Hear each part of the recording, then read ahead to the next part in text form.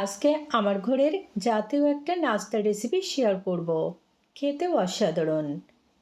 তো শুরুতে 1 টেবিল চামচ সাদা তেল, 2টি টেবিল চামচ ঘি, দারুচিনি, তেজপাতা আর এলাচ দিয়ে দিলাম।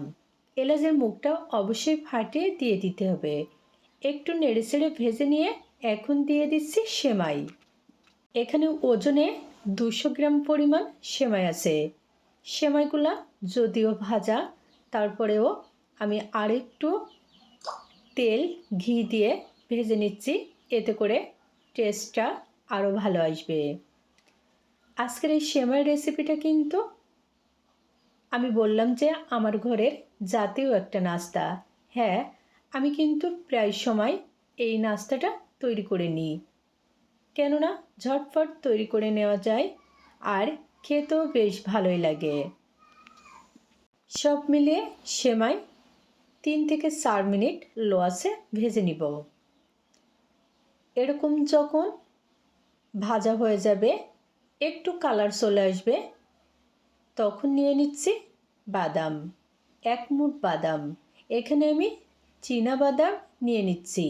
আর বাদাম এরকম করে একটু থেতলে নিয়েছি,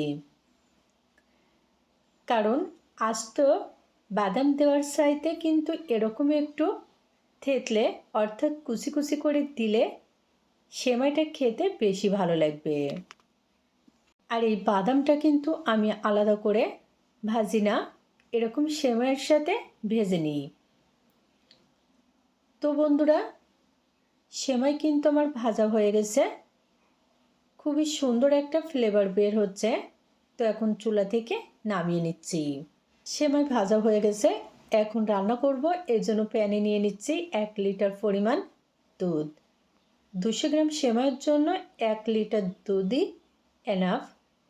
নিয়ে নিলাম টেস্ট মতো লবণ, কারণ মিষ্টি খাবারে একটু লবণ না হলে মিষ্টির স্বাদটা ভালো আসে না। নিয়ে নিচ্ছি 1 মুঠ কিশমিশ, 1 কাপ নারকেল কুড়ানো। তবে নারকেল কুড়ানো এখানে অপশনাল, যদি থাকে ঘরে দিয়ে দিবে, না থাকলে স্কিপ করতে পারো। আর মিষ্টির জন্য নিয়ে নিলাম চিনি। এখানে 200 গ্রাম চিনি দিয়ে দিলাম। তবে তোমরা যদি মিষ্টি একটু বেশি খেতে পছন্দ করো, সেক্ষেত্রে চিনির পরিমাণটা বাড়িয়ে দিতে পারো। সব মিলিয়ে 3 থেকে 4 মিনিট দুধটুকু জাল করে নিতে হবে। এখানে কিন্তু দুধটুকু জাল করে ঘন করার কোনো দরকার নেই। 2 থেকে 3 বার বলক আসলেই দুধটুকু রেডি হয়ে যাবে। তোমার দুধ জাল করা হয়ে গেছে, এখন নিয়ে নিচ্ছি সেমাই।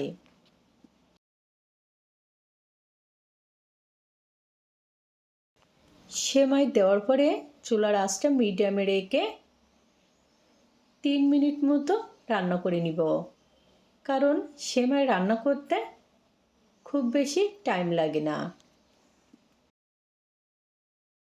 তো বন্ধুরা, তোমরা চাইলে কিন্তু আমার মতো ঝটপট এভাবে এই দুধ সেমাইটা রেডি করে নিতে পারো। ছোট থেকে বড় সবাই খুবই পছন্দ করবে। দুধটুকু কিন্তু অনেকটা টেনে এসেছে। তো এরকম একটু পাতলা থাকতে নামিয়ে নিব, কারণ যখন ঠান্ডা হয়ে যাবে তখন আরেকটু ঘন হয়ে যাবে। তো এখন চুলা থেকে নামিয়ে পরিবেশন করছি।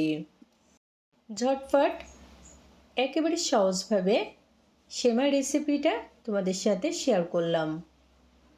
যদি ভালো লাগে ট্রাই করে দেখবে।